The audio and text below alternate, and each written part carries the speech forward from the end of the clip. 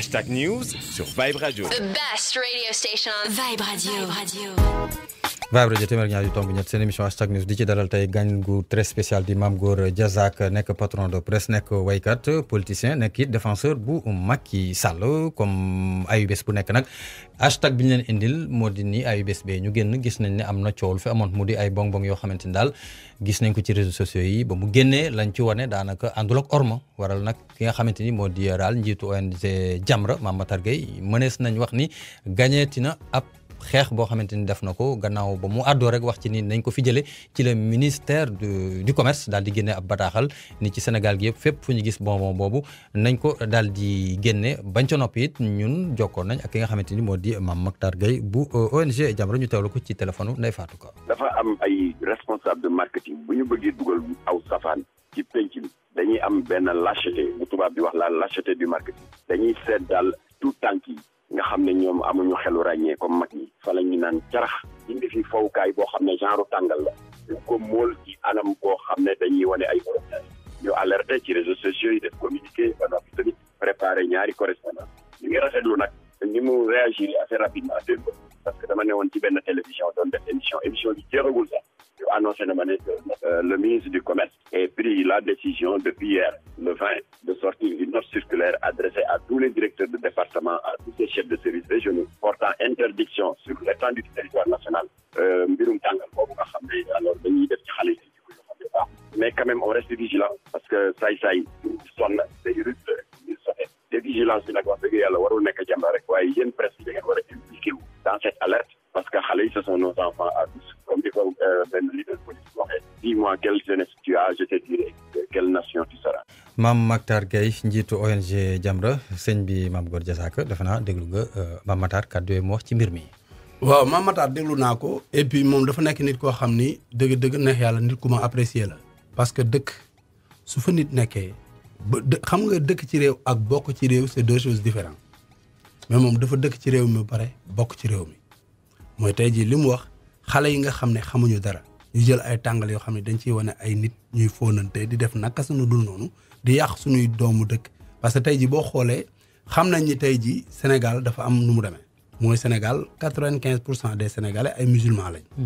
ba pare dialogue islamo-chrétien am fi nga xam ni chrétien bi même bu ñu dee minorité ñoom ak julli di jubóo nañu. benn lañ quoi. léegi nag ñuy jéem a xool nan la ñuy def pour jéem a pervertir nit ñi ci ay tàngal lañ koy jaare ci ay yoo xam ni yoo nit ñi dañ koy ñàkkal fayda mais du lu ñàkk fayda. donc man je profite de l'occasion de cette occasion là pour gën ko remercier gën ko féliciter gën ko encourager ci combat bi parce que combat bi mu mel ni combat bu noble la képp kuy Sénégalais rek war nga mun jàppale Mame Matar Gueye. xanaa liñ ci mën a wax rek moo di bonbon yooyu bu dee dañu sukkandiku ci l'observateur yéenekaay bu alxames ñaar fan ak ñaar octobre 2020 bi nee ñu ñoom ba ñu waxtaanee ak it Omar Diallo directeur bu commerce intérieur nee na seet nañ ci fukk ak juróom benn million ngi doomi Sénégalais yëpp amul kenn koo xamante ni gis na fowukaay boobu waaye ci réseaux sociaux yi gis nañ fowukaay bi te it gis nañ ni ku ci làkk wolof Mame Gor ci wàllu lobbying boobu ñuy wax gis ni Sénégal dafa tàmbali di am fii ci réew mi bu ma la joxee misaal naka keroog àjjuma doon nañ fi wax waxu ay gone yoo xamante ni ay góor lañ wàllum góor jigéen loolu daal dafa tàmbali di takkarnaas fii ci réewum Sénégal ban jàngat nga ko gisee.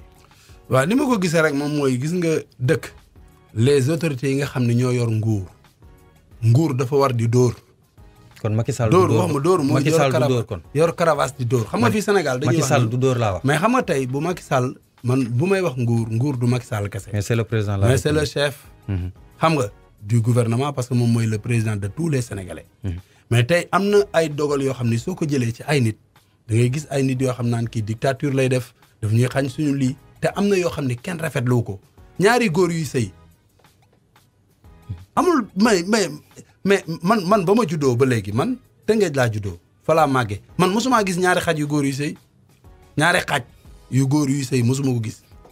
à plus forte raison mosuma gis ñaari xaj yu jigéen yuy sëy yow yàlla def la nit ak ni mu noble l'homme est le représentant de Dieu sur terre nga xam ne tey lépp lu màgg ci àddina ci loxo doomu aadama lay wàcc yonent bi nga xam ne sax moo tax ñu sàkk ñi ni yàlla jëmi doomu aadama la ko wàccee yow nga ni góor nga da ngay dem sa moroomu góor comme yow takk la def la soxna nga ñàkk a fayda ñooñu dañ leen war a faj boo xam ni dafay jéggi dayo gis nga ni bu ren di daganoon affaire ñooñu dañ leen di war di rey dañ leen di rey publiquement indi leen place de l'indépendance pendre leen parce que duñu defar dëkk tey yokkuñu xeetu yonent bi parce que tey ñaari góor bu ñu day sëy doom du juddu soyez logique yàlla lu mu def dafa normal góor ak jigéen ñoo war a ànd ci nit ci mala ci lépp même ci ay arbre am arbre yu góor ak arbre yu jigéen mais yow nga ni góor nga sa moroomu góor comme yow mooy doon sa borom kër ñi dañu ñàkk a fayda dañ ko war a faj waaw dañ ko war a faj ci dëkku waaw ci dëkku Cheikh Ahmadou Bamba ak it Maodo Malick ak it rek Laayeen ak Ñaseen vraiment ci jamono bii 21e siècle ñu boo xoolee seen tur yi ay Mamadou la ñuy tudd ay tur yoo xam ne tur yi sell seen wayjur jur leen seen jouru ngénte ñu leew la jàng fa alxuraan wàcc fa ay kaamil def fa lépp nga màgg nekk tot ba pare gars yi Sénégal fii wax ji da nga koy wax mu leer dañu war a créer loi boo xam ni parce que ñun dépendre ci ay Europe ay seen affaire yu ñàkk bopp yooyu xam nga ci ñoom am na non dama ni non ci ñoom dafa ñàkk bopp dama ni mais ci ñoom ñàkkee bopp mais ci ñoom mais dama ni même ci ñoom ñoom ñoo la gën a xam ni intérieurement ci seen biir intérieur loolu dafa ñàkk dafa yow mos nga gis ñaari xaj wala ñaari ginaar yu sëy yu góor mosul am il faut que nit ñi ñu nangu loolu gis nga tey jii Sénégal dama la bëgg a wax dëkk la boo xam ne comme ni nga ko waxee léegi dafa am maam El Hadj Malick am Serigne Touba am ay nit yoo xam ne ay nitu yàlla la ñu macha allah est-ce que comprendre la bëgg expliquer donc dafa am loo xam ne rafetul et puis dem ci ay appartement di def ay joyeux ménage yu ñàkk may non ñii c'est que loi bi dañ leen war a tëj kenn ku nekk 20 ans de prison ñaar fukki at yi prison mais pour yow lan moo ko waral ndaxte bari na ay xale yoo xamante ni léegi dañ koy def lu ko waral selon yow dama ni li ko waral mooy ñàkk jom bañ a liggéey bëgg lu yomb ba pare amuñu éthique dama lay wax benn affaire gis nga état du moom mooy wutal ñëpp liggéey rajo bi amaana ki ko moom état jox ko dafa dem jàng def ay business am xaalisam ñëw investir jël ay sénégalais ñuy liggéey man mii di wax ak yow ba ma juddoo ba léegi mosuma liggéeyal état dama judd fekk sama wayjur sama ñaari wayjur nekk ay commerçant ma jàng école bàyyi dem di def commerce di liggéey di jaay marché tënge yor taabal bu ngelaw lu ñëwee ni ko furut mu daal may ñafe di góorgóorlu ba tey ma yegg si fi ma yegg si tey su ma ubbee société jël ay nit ñu ciy liggéey mooy ba ma juddoo ba léegi liggéey laa xam mais fii da ngay gis xam nga lan mooy chômeur ku am dara fii dañuy wax chômeur xam nga mooy lan chômeur mooy ku jàng ba am diplôme yëpp amul liggéey mais Sénégal la ngay gis koo xam ne amul métier jàngul dara nanguwut a liggéey bu xëyee kawas yu weex lay sol ak jean bu rafet toog seen kër naan chômeur laa amoo métier ku amul métier kooku ñooñu baaxuñu ci société bi parce que yow jàngoo dara da nga xëy rek da nga judd rek retraité nanguloo jàng benn métier bu ñu jógee nga ni non nguur gi doxul nguur gi xas nit ñi fii tubaab yi seen dëkk yi ñoo gën a ñàkk a dox am na yu bëri yoo xam ne neexul leen ci dëkk tubaab yi mais mosoo gis ay tubaab yi nekk ci mbedd di taal ay pneu wala di lakk seen dëkk Sénégal la ngay gis coow am nga gis nit ñi dem lakk ay Afrique boog di lakk ay car xoolal Nigéria yi xew si dëkk yi di lakk te yow li ngay lakk yëpp yow yaa ko moom état moo ko moom mais doo ko gisu man gisuma ko Allemagne gisuma ko allemand yëpp kontaan nañu ci gouvernement allemand ni muy doxee français yëpp kontaan nañu ci France ni mu kontaan est-ce que seen gis nga seen jeunesse ñuy génn si tal bi di taal ay pneu France moom daw à part les gilets jaunes moom daanaka non dama ni Europe yëpp la ay Suisse ak fépp tubaab yëpp mais dañuy jël ay nit nekk si réseaux sociaux yi di influencer jeunesse bi yow nga xëy suba teel jàngoo benn métier mais technicien bi toog fii di def technique fii si rajo bi dafa dem jàng technique ba mën ko ñu woo ko ne koy def technique mais boo amul benn métier amuloo société mi njëriñ yow doo chômeur aywa ba léegi rek kon nee na loolu bokk na ci li nga xam ne moo waral rek gone yi bëggul lu yomb waaye nag yéen artistes yi nga xam ne yéen a nekk au devant de la scène aussi da ngeen ciy xaw a jouer tuuti li tax ma wax ko moo di ni dañuy gis ni yenn saay dañ leen xaw di toppandoo ci yenn ci ay waxin ci ay jëfin ci ay comportement ci ay solu ba yoo xamante ni xëy na artiste bi waxuma artiste bi da ko war a def de mais dama ne entre 3 virgulette xëy na artiste bi dafa war a sol loolu wala dafa war a doxale noonu wala dafa war a mel noonu pour show bisam dox. non xam nga artiste ñun tey ñun dañoo am un exemple pour le Sénégal am ko pour l'Afrique mu Youssou Ndour bi muy commencé way papaam daf ko doon tere way naan ko demal jàngi tey ñi jàng ba am ay diplôme la dajale di leen fay parce que xamoon na ni musique bi muy def ni gëm na ko du naan du mandi du tux bon du def yi ñàkk fayda te gëm na ko liggéey ci ba jël ñi dàq jàng ci réew mi mu dajale leen ña nekk ci di ko liggéeyal ñëpp ay bac plus lu topp la mu leen di fay kooku géree la tey yow boo nee waykat laa Youssou Ndour war na lu mun a doy exemple Youssou Ndour kenn mësu ko gis mu sol tubéy bu seere kenn mësu ko gis mu sol kenn mësu ko gis mu rocc tuñam kenn mësu ko gis mu sol si den goos ay waykat yi ñàkk a fayda di sol ay yére jigéen yooyu ay fi ñàkk a fayda yooyu dama ne bëgg a bës la man maam góor maa ngi nii j'ai fait 20 ans de carrière musicale def management 5 ans muy 25 ans. kenn musuma gis ma sol wala ma waxee. noo xam ni naka sa dul noonu la. góor day def yëfu góor. jigéen di def yëfu jigéen donc nangu nga ni yenn ci artistes yi. non yenn artistes yi dama ni. ay seen responsabilité nekk na ci ña leen di poursuivre ñoo ñàkk a fayda. parce que man soo boo ma bëggee pervertir ma bañ. am naa xel damay xalaat. ok. artistes yooyu. dañu bëgg a bës dañu bëgg bu ñu génnee ñu ne xoolal Mame Goor yére bi mu sol wala daal bi mu sol. ñoom loolu rek lañ ci wut. yow mi koy dem nag di bëgg a pervertir sa bopp yaa ñàkk a fayda. te man sénégalais jàpp naa ni am nañu ñàkk fayda sax mais ñi am fulla ñoo gën a war a gën a bëri parce que Sénégal dëkku fulla la quoi. dëkku fulla la Sénégal di kàddu yi Mame Goor Diazaka di sunu gante ji ci hashtag news ani waa Tëngéej Mame Goor. ñu ngi fi fa laa jóge nii ñëw fii. depuis quand. donc man parce que ay temps dama doon dégg Dakar de. waaw Dakar xam nga Dakar de Mame Goor. dafa fa ay plus de 10 ans yàgg naa Dakar non Dakar def naa fi 20 ans. 20 ans laa dëgg Dakar kon xanaa démb nga dem Tëngéej. non bi ma demee léegi ça fait 2 mois. 2 mois mais li tax Dakar mooy xam nga ñun période bi nga xamee ni ñu ngi door a commencé suñu carrière benn tali moo fi amoon muy route nationale numéro 1 bi. soo jógee Tëngéej pour ñëw Dakar da ngay def 5 heures de temps. Mame Goor dama daan def 5 heures de temps di liggéey dem Tëngéej. mosuma dëkk Dakar non man ak yow du ñu benn. ok parce que yow loolu nga opté. man bokkuñu option. man je suis un homme d'affaires man dama yow mi nga xam ne Tëngéej nga dëkk tey yaa ma invité dëgg la nag il faut mu leer. xam nga ni man ba ma juddoo ba léegi dama mës a nekk nitu kër-kër te kër-kër yi ma doon def yenn saa yi ma am rendez-vous fenn foo xam ni dañ may jox rendez-vous 8 heures. su 8 heures su ma naree jógee Tëngéej 7 heures wala 5 heures du matin bala maa yegg si Dakar damay tardé. je préfère louer benn néeg. néeg bi ma njëkk a loué maa ngi ko loué woon Nord Foire di fay 40 000 francs. pour mun yeewu le matin dem doxi samay business. tey bi yàlla dogalee li ma doon wut awma lépp nag ma xalaat ni mun naa dara tabax naa fa kër gu mucc ayib. dëkk fa mais malgré li ma nekk Dakar yëpp lu xew Tëngéej loo xam ne war naa ci mun a def suma loxo ma yëkkati suma loxo def. mais en tout cas parce que nee nañ xam nga tey. suñuy wax ni diw jóge na fii dem fële.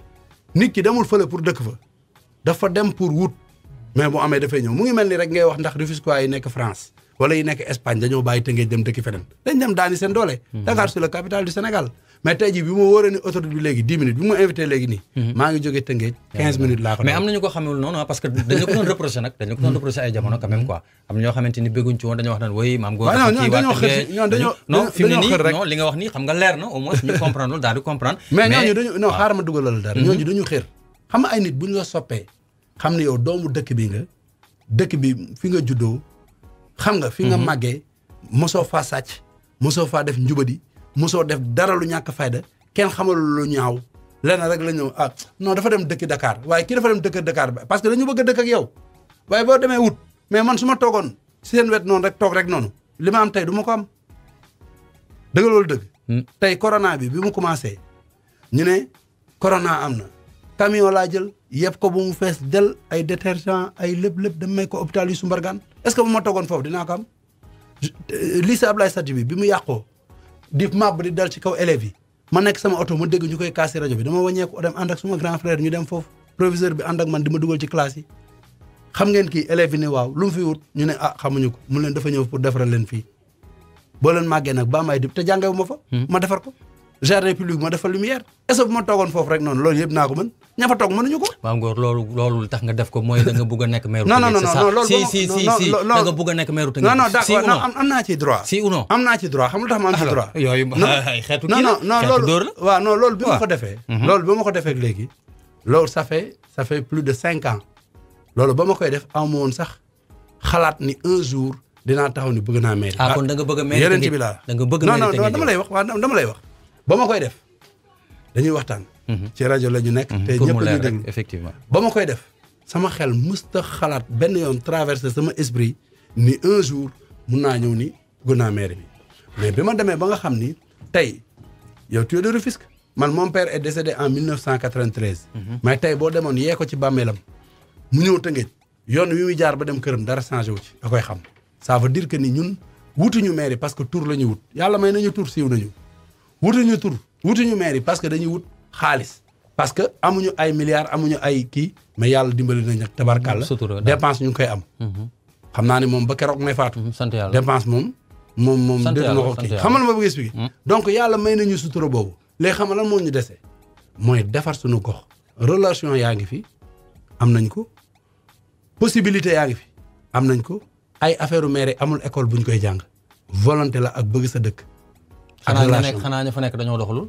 non xam nga adet li tax nga toog ni dama ko bëgg a defar. waaw dama ko bëgg waaw non parce que non man yow moo tax man la xanaa ña fa nekk moom seen. non dama ni waaw waxal. man ci sama gis-gis man Mame Gor laa wax doxul parce que ñëpp xam nañ ni tey jii mënuñu ñëw tëj ay canal ñu am 14 kilomètres de canaux à ciel ouvert nga xam ne ndox bi jaar kër Njaayloo di jógee kër Daouda Sarr di jógee kër foofu yëpp ci canal boobu lay jaar nga ñëw tëj canal bi def ay cantine ci kaw jaay ko ay benn 20 millions. ñan ñoo ko tëj. ah mais mairie bi nord bi yow loolu tu de Rufisque li ma lay xam. non dama gis loolu tere mais xaw ma ban maire. voilà est-ce que comprendre la c'est pas bien. pour jël ci juuti lañ te ñun parce que nee nañ affaire bi non ñun juuti bi lan la jëriñ dëkk bi ñun bi ñu nekkee xale bu mu saan taw premier taw deuxième taw dañuy sangu ci canal bi. 37 macha allah. 37 wecc ngay plongé da nga daan plongé. côté Nimzat génn ji jokkul. canal bi set wecc mais léegi canal bi kan moo ci sañ a plongé ndax weñ yi ndax salte bi. ndax déchets yi canal la sax voilà est-ce que nekkatul canal. donc loolu rek la. ba pare nag encore une fois man ñëwuma di wut maire yi def kenn adversaire comme adversaire politique yi ay xuloo ay xeex ay saagante yi ñàkk a fayda yooyu man dama ni déclic laa créé déclic ñëpp xam na lan lay tekki mooy suma mouvement. képp koo xam ne jeune nga doon Rufisquois te ni dëkk bi mel neexu la kaay ñu ànd parce que gis nga pour changer dëkk. wala pour changer benn ville du benn nit moo koy def nit ki pétantaan lay doon. c'est une génération ki moo koy defar donc mooy yow mooy man mooy ku jigéen. mooy kii mindaanu mooy kii tëgg sabar mooy kii way mooy diplômé bi mooy ki ne xam nga. ñëpp ñoo war a ànd am benn esprit. parce que gars yi dañuy diviser pour mieux régner. da ngay gis yenn saa yi tax waaw Mame Gor mi fuyul mairie bi la soxla xam nga yenn saa yi di dañ koy wax mais man su ma neexoon ma toog suma ruq li ma yor ma koy lekk man kese ma sàmba du yëg ma demba du yëg. kon du la jig xam naa bu boobaa est-ce que comprendre la bu boobaa mais xam naa ni man je peux faire quelque chose pour ma ville. yàlla na ko yàlla dégg mais lenn am na je sais que gérer kër ak société bokkul ak gérer mairie quand même. non yow mi may interviewé yàlla dafa dogal tey damaa tombé ci ku ma xam man fi ma jógee ak fi ma yegg si ku ko xam ni man bu ma nee mën naa yor mairie dëgg la fu sori laa jógee fu sori man fi ma jaar ñaanuma yàlla suma doom jaar fa. waaw tu as rampé vraiment. man dama ñëw fekk su ma ay wayjur nekk ay commerçant di liggéey. man dama daan jàng école ba école tëj ay guro laay jaay guro. aywa ay guro lay jaay di kàddu yi Mame Gor Diazaka di sunu gan ci hashtag news Babacar ñu dem régi ñëwaat. Babacar ñu dem régi ñëwaat. Babacar ñu dem régi ñëwaat. Hashtag News sur Vibe Radio. The best radio station on Vibe Radio. Vibe Radio téeméer ak ñaar yu tomb ñett seen émission hashtag news di ci dalal Mame Gor Diazaka sànq bi ñuy dem pause mi ngi doon wax naan daanaka moom dafa rampe ñëw sax ba ni ci jaay guro la démarré. xam nga man dama ñëw fekk suma waajur yi nekk ay commerçant yi mag. voilà donc bu école mosaan tëj pour ñu bañ ma dem wër di footballaat di taxawaalu noonu parce que xam nga bu école tëjee boo yëpp ay am jot. effectivement mais man su may waajur mosuñu bëgg ma am jot. bu école tëjee paa bi daf may woo ma ñëw parce que papaam la ma tuddee xaritam laa woon ma ñëw mënuma kaay léegi xam na ngay def dama lay jëndal 5 kilos cola gros bu ma ko peesee nga jaay ko bénéfice bi ci am mën nga ci kii. mais man mun naa la wax ni la ay kii ay espadrille. ay kii nu mu tudd ay Sebago. Sebway bi muy door a génn ci jamono boobu Sebago. yu 25 millions woon. voilà xam nga boobu dama ay jean Levi's 501. man maa ko doon jëndal suma bopp. te dama naan jaay gros boo jëndee xam nga gros dafa am barke soo jaayee benn kilo. triple li nga ko jëndee Babacar mi lay déglu ginnaaw suba boo ci jaay gros. voilà dama la bëgg expliquer ak ay tàndarma affaire yooyu quoi nekk xale di ko def. léegi nag loolu paa yi defuñu ko woon parce que dañu la ko doon def pour kii la mais dañu la ko doon def pour entraîner la. nga màgg xamal la àdduna xam nga yow nga mun nekk un entrepreneur. effectivement xam nga léegi nag loolu tey jii dimbali ma xam man dama lay jox rek benn xiisa bu ndaw. dama naan toog ak sama papa mu ni moom soo meree nit ba mu jaral la nga liggéey ko wala nga mu jaral la daal nga liggéey ko pour mu dee wala mu def soo dajeeg moom mu yor kaasu sàngara wañeekul te xam ne loo ko yéene woon dal na ko. affaire dama doon jaaxal quoi ma ni waaye paa bi lan lay wax nii mënuma parce que mooy ndeyu ñaaw teef yi mooy tey jii loo ni du ma ko def soo naanee ba màndi mën nga ko def.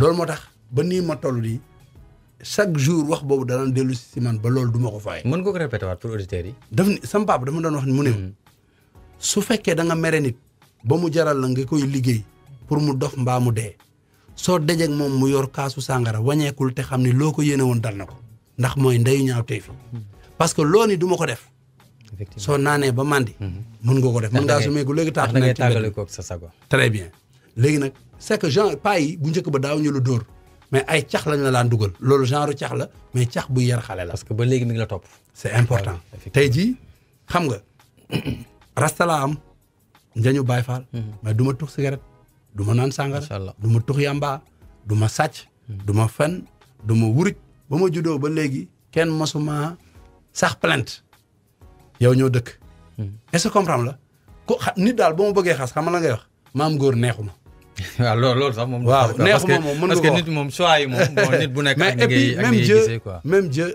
n'a pas l'unanimité yàlla si boppam mi sàkk doomu aadama yi da ngay gis ay nit yoo xam ne dañ naan gëmuma ko am na ñoo xam ne sax dañ naan léegi am na ñu naan gëmuma ko am na ñoo xam ne dañ naan yàlla amul mu jeex am ñuy saaga yàlla est-ce que comprendre nga loolu donc doomu aadama mënuloo forcer ñëpp neex la mais man sam papa daf ma daan wax encore une fois parce que man paa bi xaritam laa woon dama daan wax naa man bàyyi fen moo gën julli bàyyi fen moo gën julli mu ne jullit si àddina lenn rek la warul def man ko lan la papa mënu ma fen baaxul mënu ma bàyyi fen moo gën julli mënu ma bëgg nga xam lan moo gën julli ci àddina ma ne ko julli lu ko gën dafa am fii julli boo ko def na mënu ma ku bàyyi fen rek mënu ma bàyyi fen moo gën julli moo tax man damay wax dëgg moo tax benn moment am na ñoo xam ne ñi ragal dëgg dama leen di déranger. da nga leen di dëgg bi laay jaar xaal da nga leen di déranger waral sax ñu bari ni yaa ngi ci politique da nga taxawal sa mouvement Déclic ok d'accord mais ñu bari dañ ni tout le temps da ngay défendre Macky Sall yow. yow Macky Sall sa lan la ba tout le temps. ku nit ñi sama xarit la.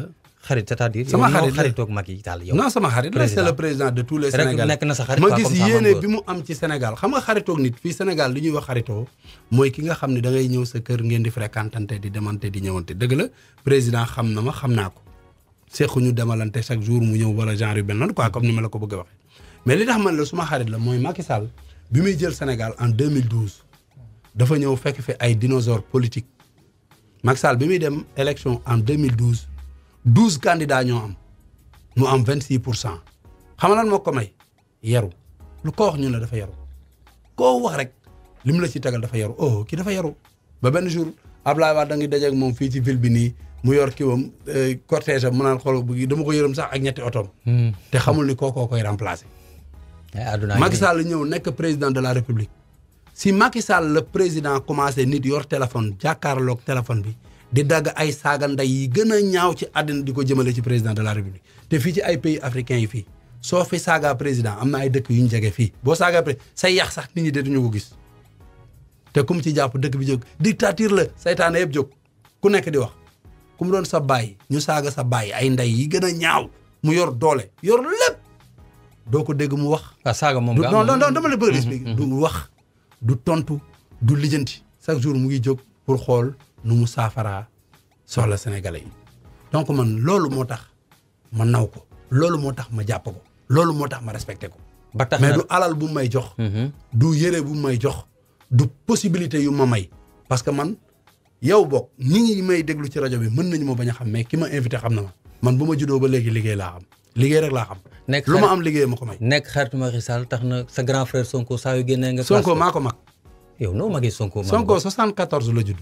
booy bu tuuti la moo gën a. waay bàyyi booy bi non terme booy bi dama bëgg a déglu ma booy waaw léegi dañuy waxtaan. kii war a nekk bëgg a nekk président la République yow nga bëgg a nekk maire kese. maire kese laay wax sax yow nga bëgg a nekk maire kee bëgg a nekk président Babacar bu tax fi naan waaw léegi damay déglu man du ma moromam je suis son grand frère Sonko xale bu tuuti la du ma moromam loolu yaa ko sañ wax ok non booy bu ndaw la est-ce que comprendre la xam nga li muy def politiquement dafa yomb Sonko dafa bëgg a ñëw waaxu sénégalais yi te man bokkuma ci sénégalais yi ñuy waaxu ñëw détruire ay famille jàmbur diw sàcc la diw jël na lii diw def na lii di def na lii lan la bëgg pour ñu jàpp ko def ko ci kaso bi bësam di yokk xam nga dama la bëgg a expliquer benn affaire dama la am benn fu ñu jógee ñëw fii dama la bàyyi fen moo gën julli non man damay wax les mots comment tel son dama ni Sonko du wax dëgg bokk bu fekkee beneen mot bi da nga ko ragal non ragal sax non dama lay wax benn affaire il dit pas la vérité mënoo jël ay famille jàmbur nga leen di détruire ay diw sàcc la diw bu la laajee preuve. mais yow détruire la. non damay déglu am na loo xam ne su ko waxee détruire na ma xam nga mooy lan. mooy mu bëgg na saxal xelu sénégalais yi man je suis un sénégalais. je pense que sénégalais dinañ nangu non dama bëgg nga déglu non bañ a nangu am na ñoo xam ni dañu soxor naturellement bëgguñu numéro 1. yow tey jii am na ñoo xam ne fii nga toog ci rajo bi di animé tey jii yéenewuñ la ko. bu ñu sañoon fii suba da ngay tawat feebar de doo toog fii. am na ñoo xam ne yàlla moo leen bind dañu judd rek soxor amuñoo kenn benn problème dañu judd rek lâche soxor yéenewuñu kenn jàmm yéenewuñu nit lu baax xam la tey foo dem nag même fi ngay joobe nii tey jii am na fi ñoo xam ni tey jii bëgguñu gis nit ku baax bëgguñu nit ku avancé dafay am fépp ci liggéey fépp la am.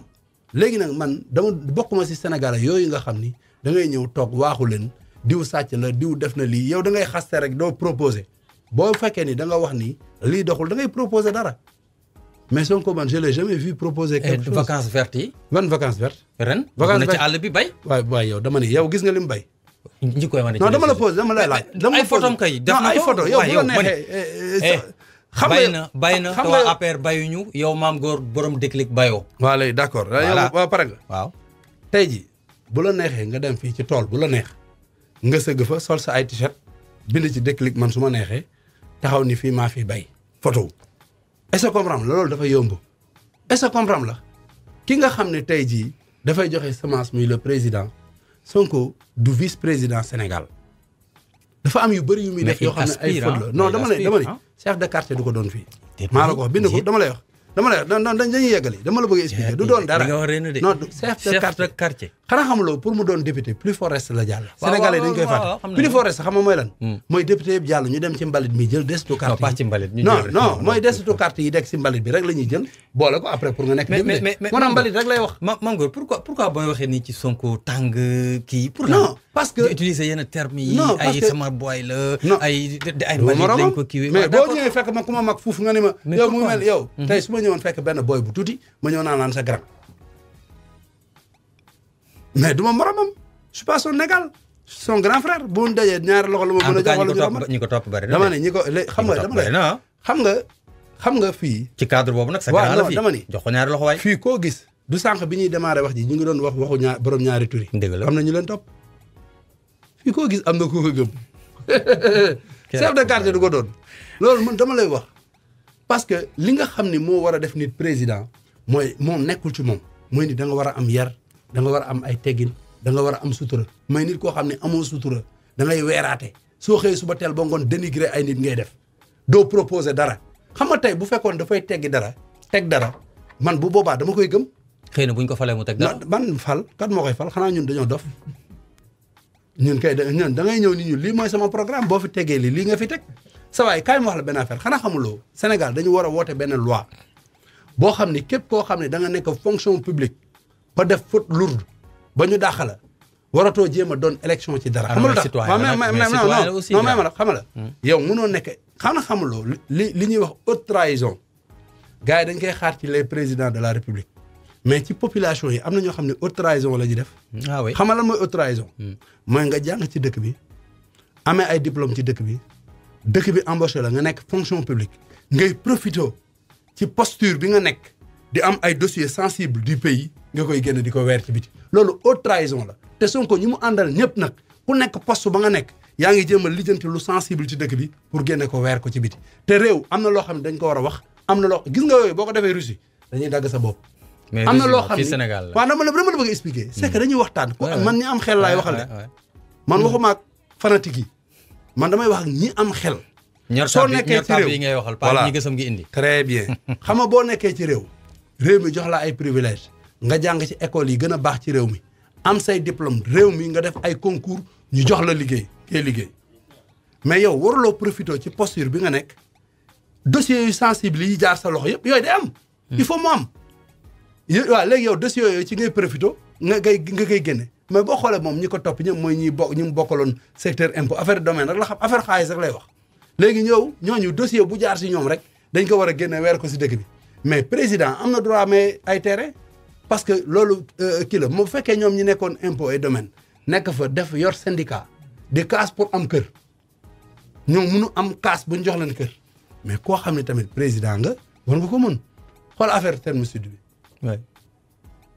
problème am président dem génne 800 millions. mais médecin xam ne après la ñii mort service non du question maam góor taxawal maam góor xoolal nañu wax rek peu et bien dëgg la génne na xaalis la ñu wax mais daf ko def bi mbir yi tàngee ba pare. waa léegi mën nga ma déglu. si c'était juste une précision. xam nga man justice dañ ko war a respecter. xam nga tey man su fekkee ni yow da ngay liggéey fii ci rajo bi ñu embauché la fi nga nekk un animateur fii ci kaw rajo bi am fi benn néeg ñun la booy animé période bi nga nekkee fii di animé 5 ans wala 10 ans yi fi nekk di animé néeg bi sa néeg la mais boo demee ba sa contrat ci rajo bi jeex kii ñëw remplacer la fan la war a tëdd. ci néeg bi waa léegi noonu la demee bu fekkee ni dafa am ñoo xam ni c'est des nouveaux kii nu mu tudd ay chefs yu bees yoo xam ne ñëw nañ ci armée war a dem foofu dëkk ji fa ñooñu toog foofu ni ñoom moom foofu xam nga coow li dégg man ni ma ko déggee noonu la demee. léegi président xam na ni moo njaboote ñiy gën ak ñiy ñëw ñëpp moo leen njaboote c'est le président de tous les Sénégalais. en tout cas tu défends très bien le président tu défends très bien non mais parce que xam nga sa waay man dama lay wax encore une fois man je mens pas man du ma siiraas daalu nit dama njool.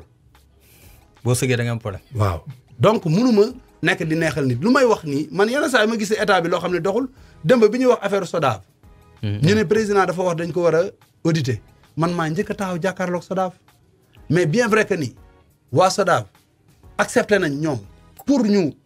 auditer leen mais am na faute boo xam ne état def na ko parce que mënoo jox nit ki société de collecte d'argent muy collecter xaalis bu dul jeex te tegoo benn kuréel boo xam ni. moo koy saytu waaw. kon ñooñu bu ñu defee faute bien vrai que ni faute bi mun nañ ko sanctionner waxuma nag ni def nañ faute. parce que kenn audité gu leen mais bu ñu defee faute. mais nee naa tubaab moo ni qui ne dit rien consent. nit ki bu fekkee da nga ko jox dara lu mu téye da ngay créer organe de contrôle bu koy contrôler ñu dellu si affaire u terrorisme. léegi ay nit yoo xam ne dañu servir seen réew doon ay militaire ak armée ni mu méttee ñu xeex ba sonn tey ñu ngi déloger leen léegi. ñoom ñu dem fa di ko politiquer dafa ko bañ ba am na yeneen militaires yu ma gis ay kilifa yoo xam ne dans l'armée génn nañ ñu ne affaire bu ko kenn politiser. lu xew si réew mi rek Sonko sol mbubam dem toog di wax le contraire bëgg a taal dëkk bi. mais soyons logique. téléthon la doon wax sax waaw te mas nga gis ku mu may biteel Orgevel. Bougane Gueye Dany nekk un jeune sénégalais. doon opposant comme moom taw bii nga xam ne catastrophe naturelle la comme séisme comme lakk-lakk comme leneen mu am. kooku dem jënd ay doolinam jënd ay ceebam jënd ay affaire ñëw jàppalee ko sénégalais yi mu gis ni kooku def na ko am na ci benn buzz mu attaqué ko moom candidat Facebook la. moom fi mu Facebook. parce que fu mu toll nii lenn lay def nga wax ko gars yi nekk ci Facebook bi saaga te saaga c'est l'arme des faibles encore une fois il faut que saaga katam yi mu xamal leen ni nit ñi faalewuñu ay saaga. mais est-ce que moom moo leen sant loolu. non dama ne waaw léegi lan moo tax màggalu Touba bi mu jotee. Idrissa Seck dem na Touba dëgg loolu dëgg Macky Sall dem na Touba Malick Gakou dem na Bougane dem na ñëpp dem nañu Sonko rek moo fa dem di wax waxi saaga. Sonko rek moo dem Touba non may yeggali moom rek moo dem Touba di wax waxi saaga. sonal nga Sonko qui se sent morveux se mouche. parce que Touba bu ñu waxee màggalu Touba alxuraan la ñuy wax. ay xasida ay addiya ay bernde. mais yow yooyu yëpp nga jégg ko bàyyi fa ñëw di wax waxi saaga. ça veut dire que ni yow. waaw ci Sonko moomu bon damay jeexal ci benn question Sonko ñu dugaat ci leneen moom Mansour Faye problème audience bi nga ko déggee nan la def yow loolu. waaw non parce que li may doon wax yow nag ku aay nga macha allah xam nga ni tu da nga aay. léegi nag Sonko fii la ko Sénégalais yëpp war a weddee yow nga ne tu aspires diriger un pays président nga bëgg a doon ñu ne la yow mas nga ñaan audience président nga ni ñett masul am xanaa yow bis boo jiitee dëkk bi kon kenn du la seeti wala kenn du la kii. dafa contradictoire benn ñaareel ba man su ma doon moom damay am grandeur ni waaw le président c'est le président de tous les Sénégalais période ba ma ko bëggoon a gis période boobu amoon engagement politique mais iñaan a am grandeur wax sax ni mës na bëgg a gis président mu ne loolu mësta am ba pare ni Mansour Faye c'est le menteur il a menti froidement et puis c'est le menteur que le Sénégal n'a jamais vu naître le surlendemain xam nga yàlla léegi jeune la dalay weer mu xëy suba teel Mansour Faye dafa wax lu leer parce que daf ni ko ki nga doon jaar magistrat la waxul sax magistrat daf ni rek kilifa gu mag la. affaire demee noonu rek mu xëy suba teel di wax Cheikh Issa Sall Cheikh Issa jotu ko mu bàyyil ko message ni ko sa waay sa gars yi daal ñoo garaaw message boobu am na sax kii audience boobu am na sax mais ni ngeen ko traité ça veut dire que ni moom moo confirmer affaire bi yàlla moo ko weer ça veut dire que ni lu mu mës a wax Sénégal yi rek da leen di nax. yàlla moo ko weer wala ñu génne audio boobu. non audio bi. xam nga audio bi moom su ko waxul woon. waaw d'accord su ko xam nga mais bu génn woon aussi duñ dégg. waaw dama ni défendre ma ko nag. waaw dama ni. bañ Macky Sall moom bañ Sénégal parce que boo nee yow président yaa ngi doon sàkku pour gis ko mais lu ci nekk amul gravité grawul yow da nga bëgg a nekk président Sénégal yow ñu ne la sénégalais nga. mais Sonko même sax tey jii ni mu nekk opposant nii bu ko neexoon demee mu bind lettre Macky Sall ni ko dama la bëgg gis. non gisante nañ sax. waaw dama lay wax loolu ci pandémie bi waaw. mais dama lay wax. mais c'est que le fait que grandeur boobu soxor boobu ak iñaan boobu nga xam ni moo nekk si moom ba mu ni loolu mësta am ku ko mën a indi firnde yi génn na boppam. léegi nag gis na wax boobu bëggul ku ciy wax. gisoo mu ne je tourne la page de Mansour Faye bëggul ñu si wax parce que waxul dëgg. mu di seen émission technique di ci amal gan nu ma leen ko waxee Babacar Gout spécial franchement di Mame Gor Diazaka Mame Gor yow ku bari coow nga ay jamono it déggoon nañu fi ak maître Moussa Diop Dakar Dem Dikk. non Moussa Diop mosuñu am problème mosuñu am problème. non kon lu taxoon ba nit ñi doon ci wax naan Mame Gor Moussa Diop. non gars yi ñooy wax noonu rek dañ ma laaj sama opinion ci li mu wax ci. troisième mandat ak affaire coup d'état bi am fële. ma ne nag nit mënul nekk ci état. ñu jox la poste de responsabilité nga nekk directeur Dakar des sociétés transport bi gën a mag Sénégal ngay am 8 millions de francs presque de salaire xam nga loolu privilège la ñu jox la ko 2014 ba 2020. voilà yow coup d'état am ci beneen réew nga koy approuvé c'est pas bien munoo nekk ci état loolu day indi ingérence baaxul ci ñaari dëkk. comprendre la. mu kontaan ci coup d'état boo xam ne dañ ko coup d'état président boo xam ni suñu voisin la même bu président boobu nekkul ci dëkk yow même soo ko xamee. tu dois le garder pour toi-même. mais war a dem ci ay télé di ko wax. ok loolu am naa droit wax ko. am nga droit mais on n'a pas de problème maanaam. leneen loo xamante ni dinaa xool ndax am nga fi troisième mandat ànd nga ci wala àndoo ci. bu ko Macky Sall bëggee ma jàpp waxuma loolu dama ne yow ànd nga ci wala àndoo ci. dama ni xam nga. Mame Gor nekkoo APR kenn du la dàq nekkoo APR nekkoo ministre nekkoo député kenn du la dàq. c'est que yow comprendre ànd nga ci maa comprendre nag. ànd nga ci wala àndoo ci Macky Sall def ko waaw wala déet. dama bëgg nga déglu ma wax la. waaw nga déglu dama question nga ma posé dinaa la répondre dama bëgg nga déglu ma bu baax ma Macky Sall su bëggee beneen mandat man dama koy jàppale man Mame Gor. ànd nga ci mu bëgg ko. dama ne bu ko loi joxee xam nga man dama lay wax benn affaire man dama sama dëkk xam nga man dama lay wax benn affaire man ay yow boo respecté constitution. non en tant que sénégalais man respecté naa non. est-ce que comprendre le les mots non dama ni sens waxuma loolu. waaw waxuma loolu. waaw dama ni moom yow ndax ànd nga ci mu defaat troisième mandat. bu ko bëggee ou non xam nga dama ne xam nga tey bu bëggul amul problème man li kay li ma la tontu leer na su bëggul y a pas le feu mais bu bëggee man Mame Gor Diazaka dama koy jàppale pour mu am ko. aywa loolu kay leer na. baax na ba tey rek. waaw aywa ñu def rétro tuuti bac ñu def bac ci ginnaaw ma ne bac dañu dugg ci affaire musique tout le temps Bamba Ji Fall Mame Gor gëj nga leen dégg sa gars yi. non gëjuma leen dégg ñu ngi fi.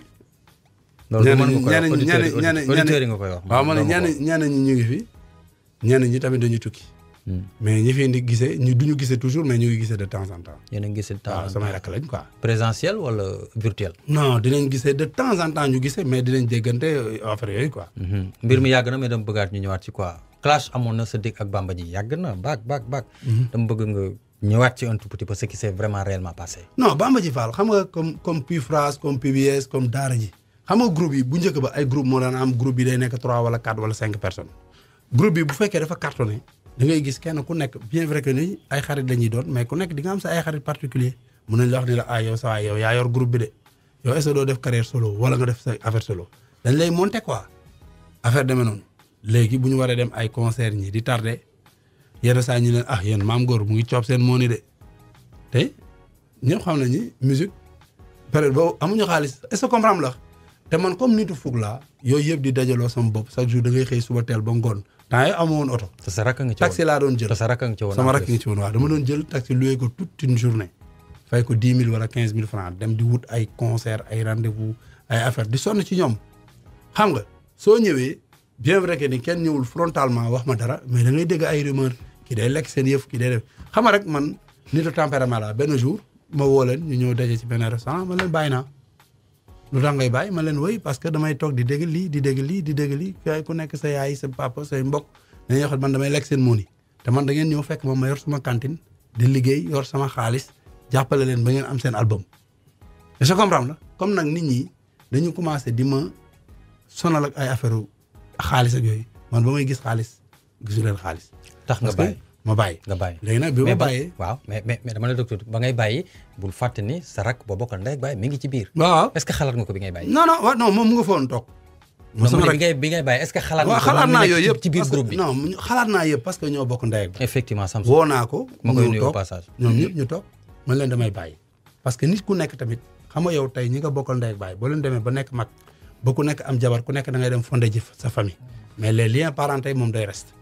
mais tamit doo bëgg tamit moom su ma rakk la mais tamit du bëgg tamit ñuy wax yenn yi magam da koy metti surtout mu am mag boo xam ne xam na ni magam bi dafa am fulla am fayda doon liggéeykat da koy metti ma ni que nag dama leen di woo damay arrêté ngeen dem régler seen business léegi bi ma bàyyee xam naa am na ñeneen ñu nekkoon ci biti ñoo xam ni yàkkamti woon nañ loolu après ñu dem gis xam nga yeneen boy yi nga xam ni du sans sama rakk quoi. ñoom Sidi ak yeneen boy waaw yeneen vieux wala Kutaay waaw ñooñu ñoom ñett après ñu réglé leen benn tournée en Europe bañ ko ci boole quoi sama rakk bi parce que xam naa peut-être affaire yi demee noonu. xam naa affaire fej mer léegi nag après ñoom ñu tukki bi ñu demee ñu toog. ñu bàyyi fii Kéemaan léegi man bi ma bàyyee ma toog benn 1 an fekk boobu maa ngi doon liggéey ak Talla Diagne parce que boo xoolee en 2019 en 99 fekk man maa nekkoon meilleur manager fii léegi doon liggéey ak Talla Diagne après nag ci laa wax Talla ma ne ko pourtant man parce que Bamba Ji Fall man ñu bëri xamuñu woon man dama daan way ci biir di manager affaire yooyu quoi. parce que man dama yàgg mun way am na way yu bëri yoo xam ne maa ko. yaa koy wax sa bopp yow. non Babacar maa ngi mais yow. yaa koy wax sa bopp quoi. mais saa waay waaw mais su ma mënul woon way dinaa yegg si fi ma yegg si. d'accord allez allez kooku sama xeeru bopp la. voilà waaw yow bàyyil xeer yi nag xam nga léegi yàlla dogal ma ni damay def sama album ma jël ay instruments modernes comme man dama am affaire Baye Fall bi suñu famille. voilà man maa njëkk a jël ay instruments modernes boole ko ak ay xiinu Baye Fall parce que ñun bi ñu nekkee xale Tëngéej su Baye Fall yi masaan romb yor xiin yi noonu dañ leen daan topp léegi nag ma jël affaire boobu comme man Baye Fall laa te daanaa def ay sikaru xiin ma jël ko boole ko ak ay instruments ay clavier ak yooyu mu génn def jazaak album bi génn rek tàkk def jazaak léegi bi ma defee jazaak bi mu génn cartonné mu daje coupe du monde bi Sénégal bu gagné Lions yi di ko way affaire bi nekk boobu ma am ay tournée ci laa nag jàppale suma frère boobu tamit nga xam ne bàyyi woon nañ ko fi wutal ko mu dem tukki moom tamit macha allah xam nga tukki ba léegi mais yàlla dogal na nag après ay année après xam nga boo nekkee comme nag jeune yu bëri gars yi comprendre uñ ko woon quoi mais nag de fur et à mesure àddina di dox ñoom ñu dem ba comprendre ni lii erreur la woon xam nga gars yi dugal nañ leen ci loo xam ne xam nga voilà et puis man jàppuma dara xam nga samay rakk lañu xam nga àddina moo demee noonu et puis xàccee boo gis wërsëgu waay la peut-être su ma toogoon Bamba Ji Fall ba léegi nii tey fi ma egsi ak ni ma mel doo fi egsi aywa ba léegi rek damay des ci Bamba Ji Fall ndaxte yow yaa ngi fii Vieux mi ngi fii Sidi den saa dafay dem di ñëw Samsou mi ngi fii Kutaay mi ngi fii ndax mën nañ xalaat un jour ñu gis benn comme na ngeen ko doon waxee boofu ngeen ko daan waxee non waaw boo xamante day doon diggante Jazaaka ak waa Bamba Ji Fall incha allah dina am xam naa ni de temps dina am quoi parce que ñu ngi gisee macha allah yàlla xam nga am nañ jàmm xam nga mësuñu xam nga c'est que ñu bëri dafa ne xiiroo ngaayoo amul woon quoi parce que ñoom ñëpp kenn ku ci nekk Sidi bi yaayam gaañoo maa ngi woon te dëj ba xam nga ñoom ñëpp xam nga jàmm la ñu seq quoi parce que sumay frère lañ sumay rakk lañ léegi nag yàlla mun na def benn moment ñu toog rek xam nga def benn affaire mais nag c'est la famille parce que ñun ñëpp ñoo bokk fu ñu sosoo mooy Tëngéej la ñu jóge ñun ñëpp te Bamba Ji Fall man Nimzaat en plus waaw Nimzaat donc c'est la famille quoi donc ñi fi nekkoon di wax boo xoolee Bamba Ji Fall ban année la tas 2000 2000 ak léegi ñaata at la ñaar fukki at xale yi si judd woon léegi nii tey jii ay mën nañ am jëkkër mën nañ ci it way ku ci mel ni sa doom waaw Talla Jazaaka xam nga mu ngi judd voilà ci moment Talla yaa ko wax mu way wala dafa non moom dafa judd xam nga way dafa nekk ci moom et puis bi ma demee man sama ay xarit ñoo ma xamal ni day way après bi ma gisee ni dafay way ñu waxtaan nga encouragé ma woo ko ñu waxtaan et puis ñun xam nga léegi esprit dafa dox boo gisee ni sa doom lii la bëgg moom la bëgg def da nga ko siy jàppale te comme te booy bu correct la du tux du naan mu ngi gérer affaire am et puis léegi nice gérer ay bagages am xam nga tey sax day joué macha allah mu ngi def ay concert après nga jaar service commercial voilà waaw Mame Goor patron de presse c'est vrai loolu dëgg la waaw ñu bari fi ñu ko xamee mooy d'abord lan moo tax nga investir ci presse d'abord waaw parce que man dama yàgg a bëgg xam nga man journaliste yi dëgg neex yàlla man dama leen yërëm seen liggéey dafa metti trop ngay dem ñu lay toroxal di la padd ci mbedd yi mooy surtout ñu nekk sur le terrain ba pare mu nekk métier bu noble la man métier bu ma neex la.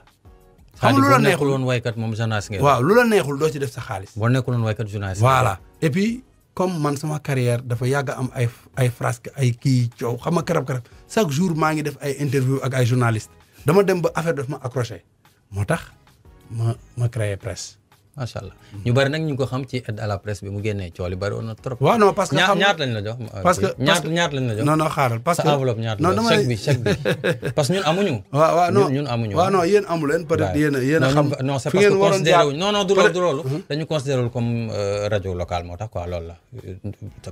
loolu dañ leen ko wax non noonu la demee sax noonu la demee. non noonu la demee. voilà non c'est que man xam nga. mais yow dama bëgg a xam ñaata millions. 2 3 4 non dama lay wax. 50 xam nga man bi ma monté presse dama ko jël ay nit yoo xam ni man ñi may liggéeyal ay ponkal lañ ci presse bi. ok ay ponkal laa jël. waaw mais ponkal ne veut pas dire non ponkal mooy koo xam ni ñoo xam ni ils ont l'expérience mën nañ ci journal yi gën a mag fii la ñu nekkoon di si liggéey ma récupérer leen jël leen ku nekk ñu waxtaan déggoo mu wut sama siège wut sama lépp ñu may liggéeyal. ñuy liggéey quoi ñun ñëpp ñu liggéey donc site ak lan nga yore. mam naa site rajo bi dina démarrer léegi. balaa yàgg référence FM. am naa. day jaaraat fële aussi ah. 2 fois waaw non ñoom man may ñëw seen concurrent may ñëw mbëgg leen nga naan lan xamal wax.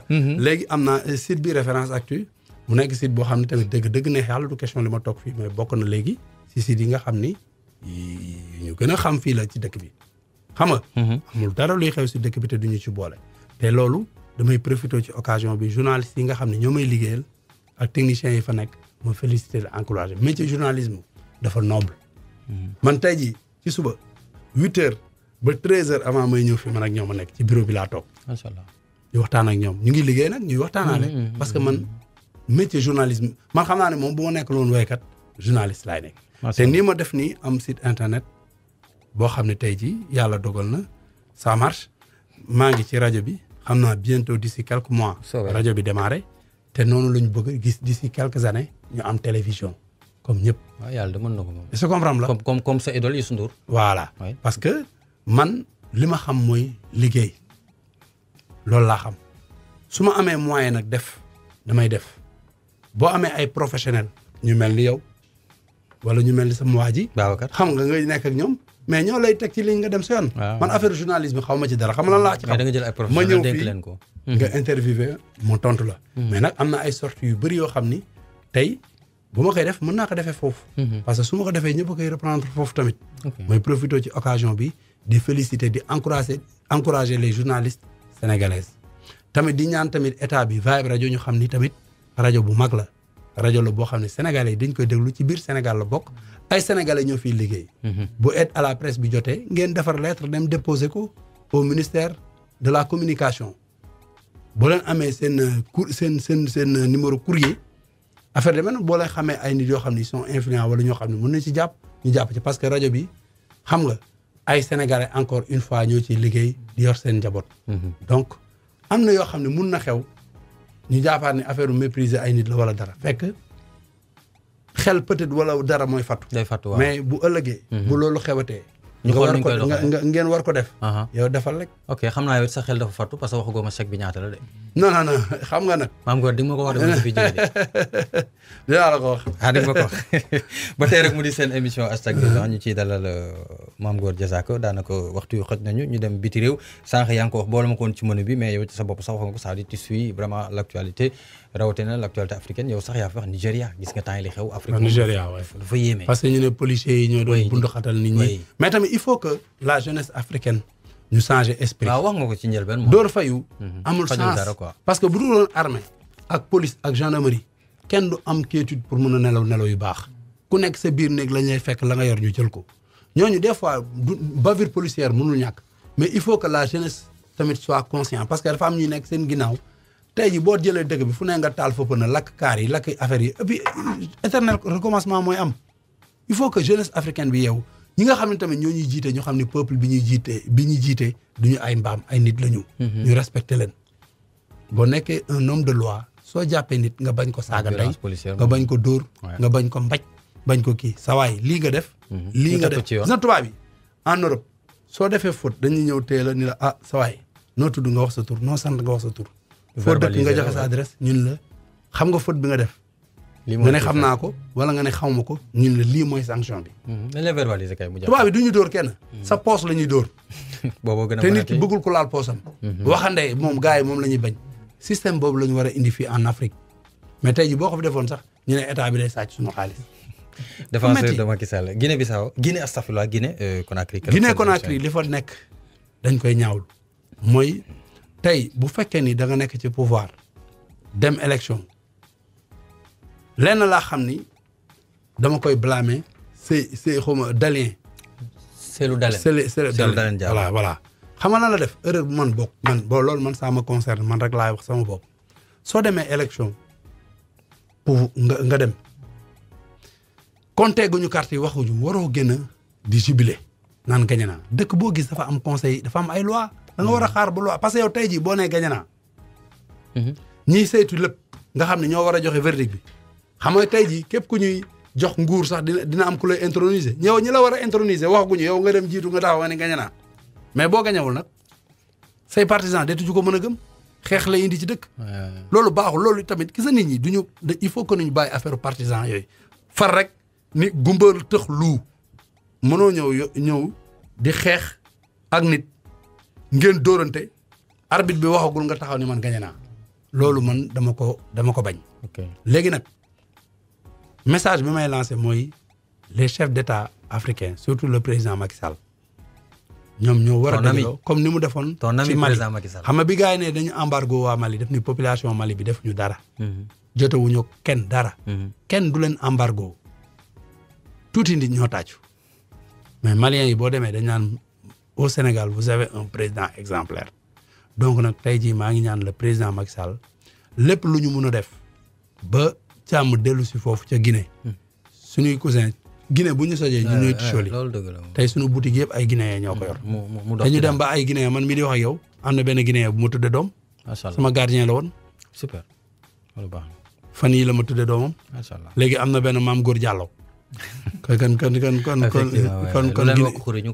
kon Guinéens yi suñuy mbokk lañ donc daal ñoo ngi ñaan président xam nga lépp lu mu mën ci def jaamu dellu suñu def ko ci lu gaaw Côte d'Ivoire ñoom fii ak ay bés ñoom it ñu demaat ci élection boo xamante ni ba léegi ñu ngi koy contesté ndaxte Alassane Ouattara dafa ñëw samp 3e mandat opposition bi ni duñ ci ànd waaw mais xam nga loi dëkk ba ñun man dëkkuma Côte d'Ivoire loi dëkk ba daf ni mën na nekk Ablaye Wade fii bi ñu waxee 3e mandat sénégalais yi dañu conscient xam nga man dama woy benn woy dama ni xuloowuma maam góor xeexuma du ma teesante sama carte laa yor saa yu woote jotee ma dem ca mbañ gàcce ma wooteel ki ma àndal koo xam ni 3e mandat bi daf la déranger bul xeex bul xuloo woote jotee nga dem woote opposition mu jeex doo xuloo doo xeex doo ñax kenn du la dax kenn du la padd dafa yomb mais topp ay nit ñu leen wax génn leen taal leen pëna taal leen tali bi te ñi koy wax ñëpp du ñu xeex seeni doom du ñu xeex amul benn sens donc nag ivoiriens yi su fekkee ni li may wax nii dinañ ko dégg li ma leen di ñaan mooy wax nañ ni na def 3e mandat ñu àndal ak moom buñ ko wooteel